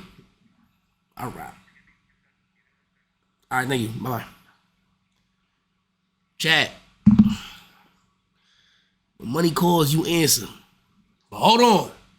It's heavy. And knowing the reason for the tape being on it is a totally different thing. Exactly. So how come you know that the back is missing? Was this explained to you, or did you see it put on, or do you know? No, I seen the tape. Okay. But like I said, seeing tape, if you saw tape on this recorder on here, you wouldn't necessarily know that the tape's on there to keep the battery in place. If you ain't got no back part, I know. It doesn't have no back part. Okay. Oh, So, I see now. Because he said it because the back not on there. So I thank you, said for the big fives. I think him like over talking. He like now he like that's what it is. it has no back plate and tape's on it. Yeah. Okay. That does make sense. All right. So Andre Smith gave it to her. Yeah. Where does she normally keep it? In a cabinet. Where? In the top cabinet. By the refrigerator. And who else would know this? Whoever been in the house. Why, she go, hey, here's where I keep my taser? No, because she was like always pulling it out and be playing with it. Really? Well, she made threats with people or something? No, she just been playing. You know? Now, I ain't gonna lie. At one point in time, everybody was cool with everybody. Strangely enough, Darren's story aligns more closely with Tina's than with his own wife's. It's possible that Heather is trying to frame Tina, while Darren is telling the truth so he doesn't get himself into trouble. The taser incident between Adriana and Britney is just one domino falling in the long line of conflict that led to the attack of Adriana, a compounding of incidents that will unravel, revealing an absurd motive. Following the first round of interrogations, everyone was released and sent home, unaware of just how much evidence was rapidly stacking up against them. And though they weren't talking freely to police, they sure were talking to people in their lives, people they probably shouldn't have been trusting. On April 7th, 2010, officers received a call from one of Tina's relatives in Illinois. They refused to identify themselves and stated that they had information to disclose about the case. According to the source, Tina called her mother 2 days after the attack and admitted that she, Britney, and Heather beat Adriana. She managed to... Hold on, what the fuck, check? The family backdoorer. The attack and admitted that she, Britney, and Heather beat Adriana. She managed to scramble away, which caused a heated argument between Tina and Britney. Britney tackled Adriana as she made one last attempt to escape into the woods, and it was then that Tina lit her on fire. Tina, Heather, and Britney callously fled. Though Britney realized she left her shoes at the scene of the crime as they drove away, Tina told her it was too late to turn around. Afterward, Tina ordered Britney to leave the area and stay away until the police were gone. But this whole shit up. You catch a body, a murder, to be specific, a gruesome one that you and then you leave the shoes. What do you mean it's too late to turn around? What do you mean it's too late to turn? You should have just told them what you did. Why even waste the interrogation people? You should just be like, yo, listen, this is what. Because what you mean it's too late to turn? Again, you left the sneakers. What? Britney took that time to take care of some evidence, washing the car interior with hand That don't even sanitizer, work. burning the clothes they were wearing, and disposing of the lighter fluid. While telling her relatives the story, Tina didn't appear to have much remorse whatsoever for her actions. When her relatives urged her to turn herself in so the law would potentially go easy on Britney, Tina told them urged her to turn herself in so the law would potentially go easy on Britney. Tina told them that even if Adriana they'd be fine because the cops had no real evidence against them.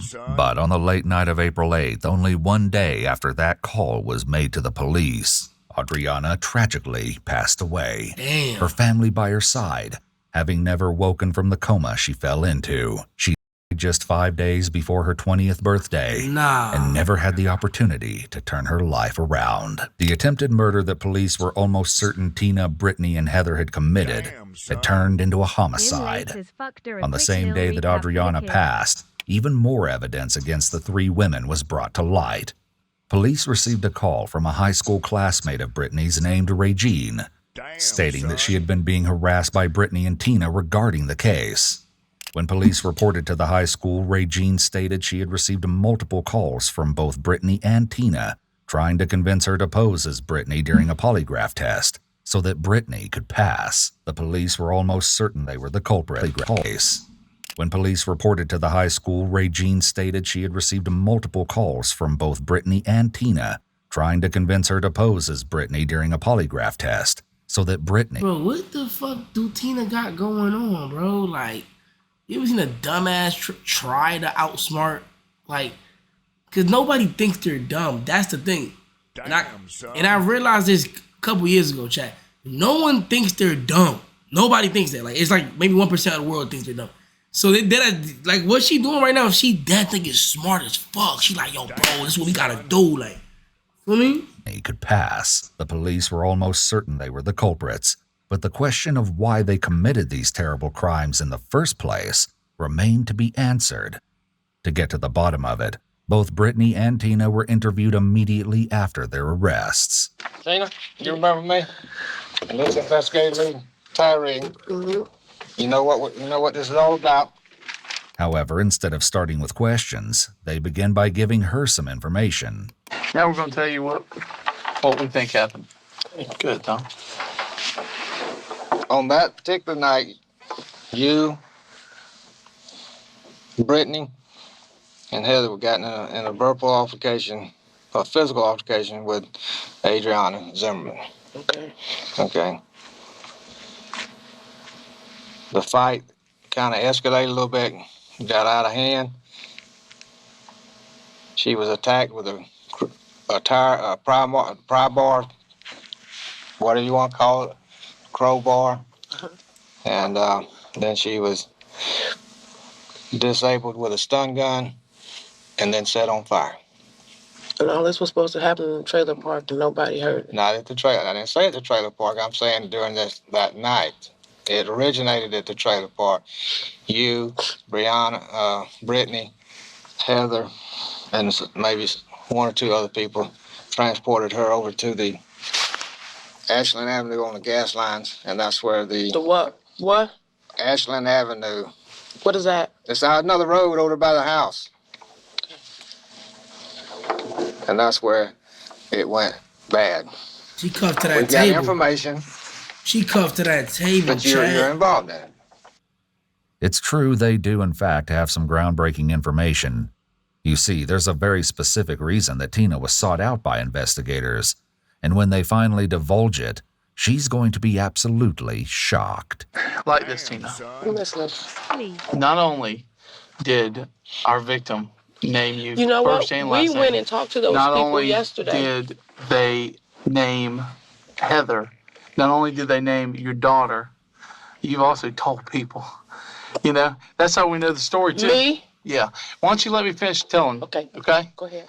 We hear that you used lighter fluid, poured it on her and lit her up. And you're mad at Britney because she got up off the girl, and that's how she got up and got to run away.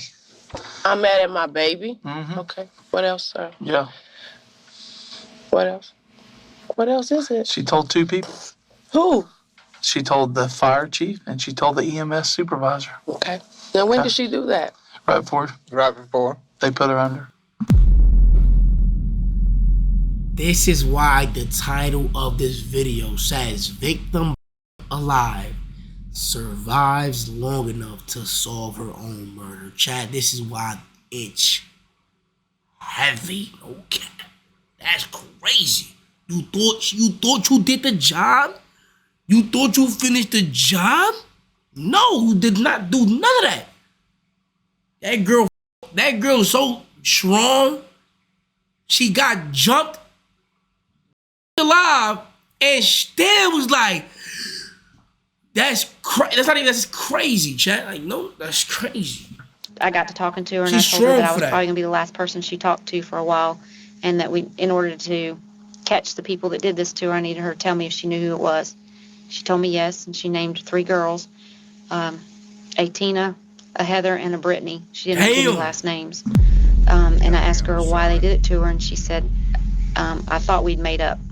If Adriana's supposed to have told these people this, wouldn't you think that she would have told them everything that can happen if you laying on the ground and you burning up and you about to die? She told everything she could was the pain she was in at that time, and they didn't give her long because they had to put her out. She said, EMS supervisor told her, she kept asking her, am I going to make it? Am I going to make it? Am I going to make it? She said, I'm going to do the best we can for you. The detectives have become privy to some other damning information that they share with Tina, and it's all about to come crashing down on her. You ain't going around here telling people you killed that girl. You're talking to your relatives and telling them that, and they calling us. But you're talking to somebody and telling them that, if you go ahead and die, y'all be good to go. Well, that ain't the case, is it? Because she last night succumbs to her wounds. They told us that she was in a coma yesterday. Last night. Why you think we come back out there like gangbusters today? That's why you're under arrest for murder. Dad, the one who told us that. Who? They gonna charge all 3 with murder, I think. Why would they light her on fire though? Our lawyer, Gene, his dad, he said he called down there and they said that she was in a deep coma. Well, she didn't come out of it. But guess what? We got information from the ME that she didn't make it because of the burns. Now you sit there, you think about it. You think about what we're saying. That woman, those kids would never see their mama again. You've got a chance to see your kids. You think I don't know that? You got a chance to see your kids again somewhere down the road.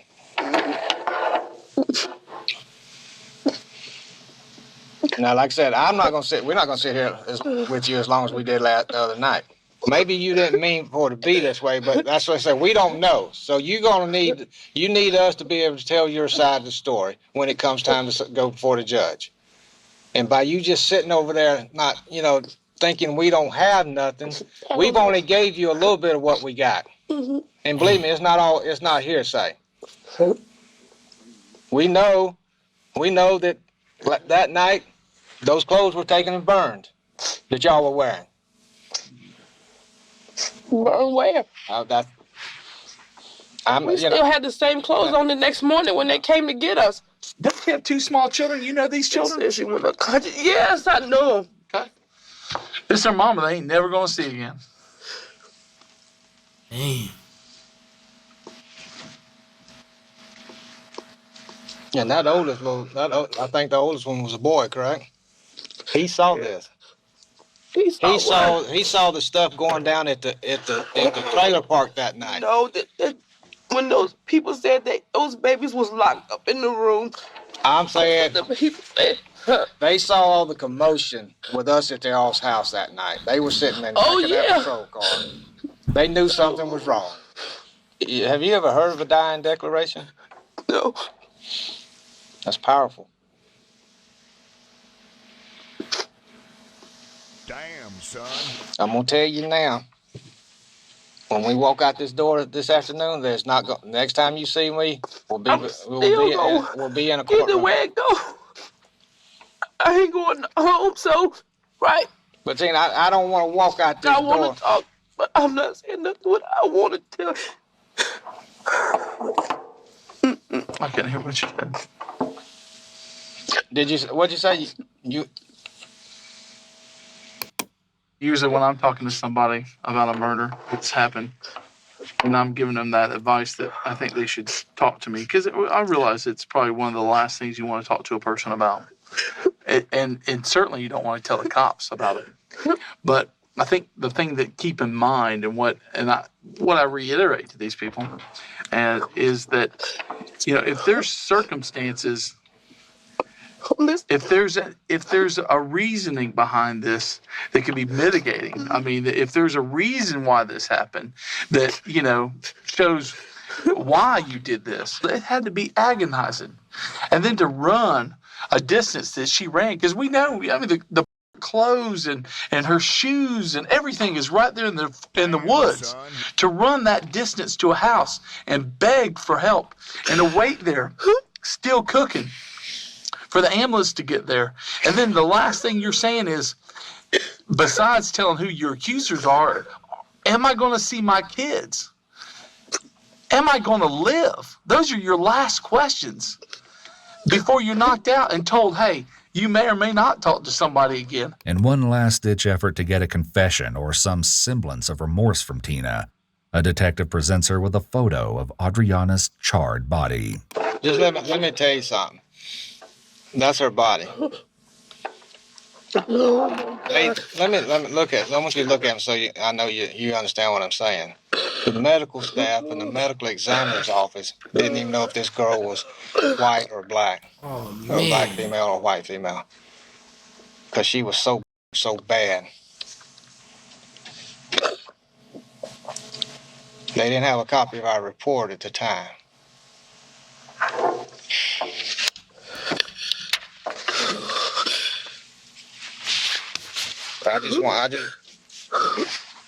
You wouldn't want this to happen to you, would you? You wouldn't want to go out this way, would you? Huh?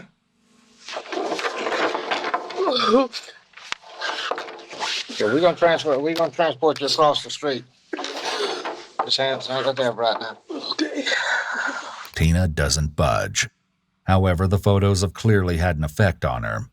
After she's left in the room waiting to be taken to jail, she mumbles haunting things to herself through her sobs, even seemingly calling out to Adriana. The words she chooses to use are bone-chilling. Adriana, Lord have mercy. Come back and haunt us, terrorize. Please, Adriana. Damn, son. What's GTA 3? Adriana. Man, what? I told you. Oh, you was a sweet girl. Oh, I tried to avoid. The question of why they committed these terrible crimes in the first place remained to be answered. As it turns out, there were numerous alleged love triangles within the trailer park. All of the dirty truth, it seems, began making its way to the surface.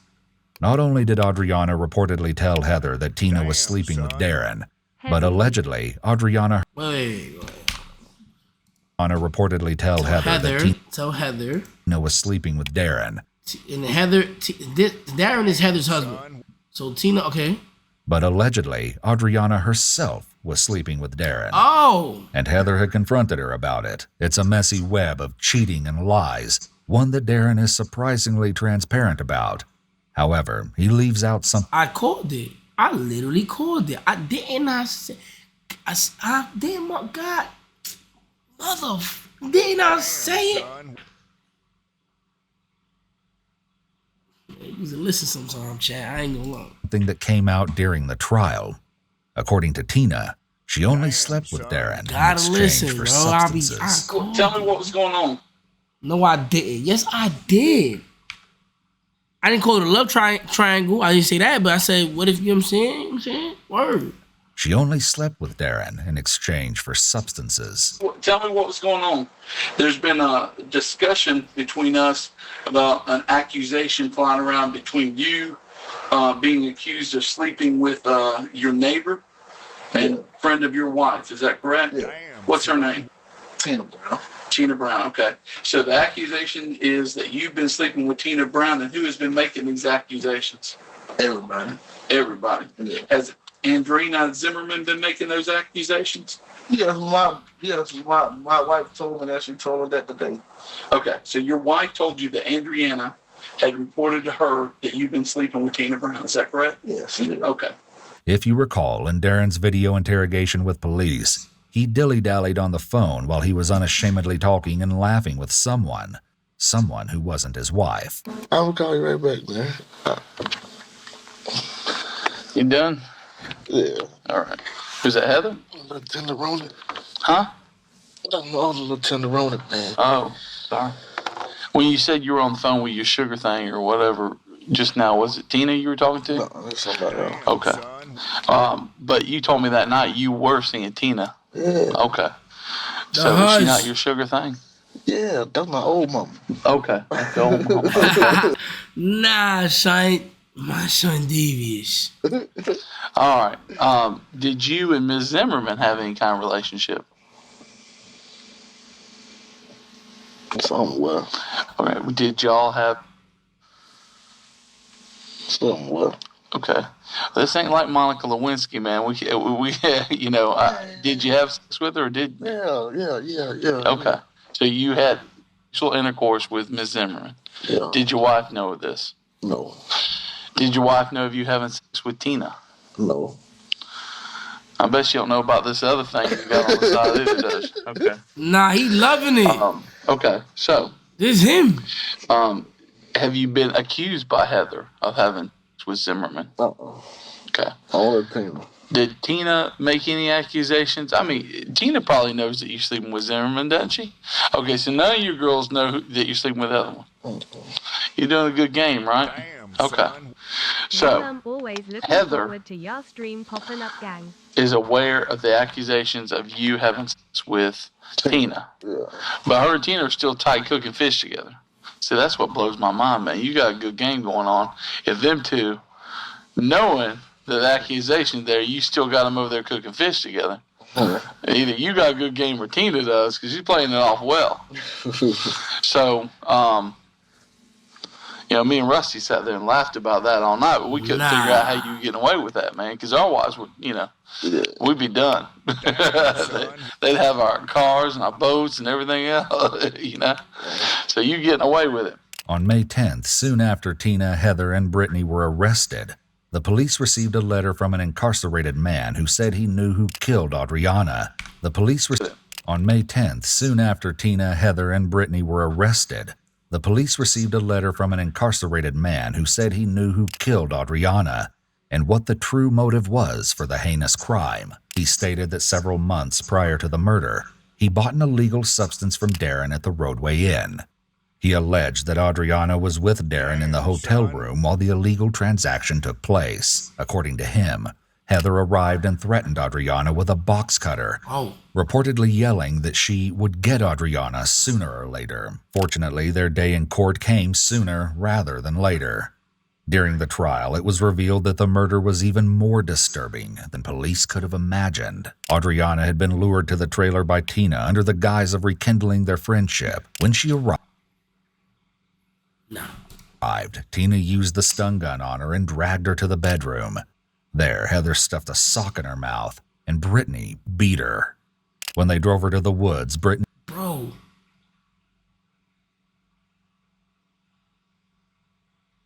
What, bro? Like, what?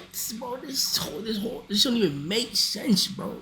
and Tina took turns tasing her until Tina poured gasoline on her and lit her on Like, fire. why are they doing According to this? Heather, as the fire started, Tina jumped up and down, exclaiming, "Burn, burn." Tina Brown received a sentence for her crimes against her former friend, making her one of only 3 women on Florida's row.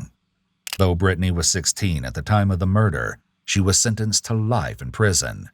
Heather took a plea bargain, testifying against Tina in order to receive only 25 years for the second-degree murder she was convicted of. At the time of this video, Tina has filed a motion to have her sentence thrown out, because of false testimony at her trial. According to Tina and a witness at the trial, the witness was coerced by Heather to testify that Tina had confessed to her in jail that she was the mastermind behind Adriana's murder. Heather reportedly threatened the witness, forcing her to say that Heather was present but had nothing to do with the murder. To this day, the former friends are spinning rumors about each other and trying to climb over one another to reach salvation. Only time will tell what the law will decide. But one thing is for certain, this brutal yet petty crime against Adriana should never have happened.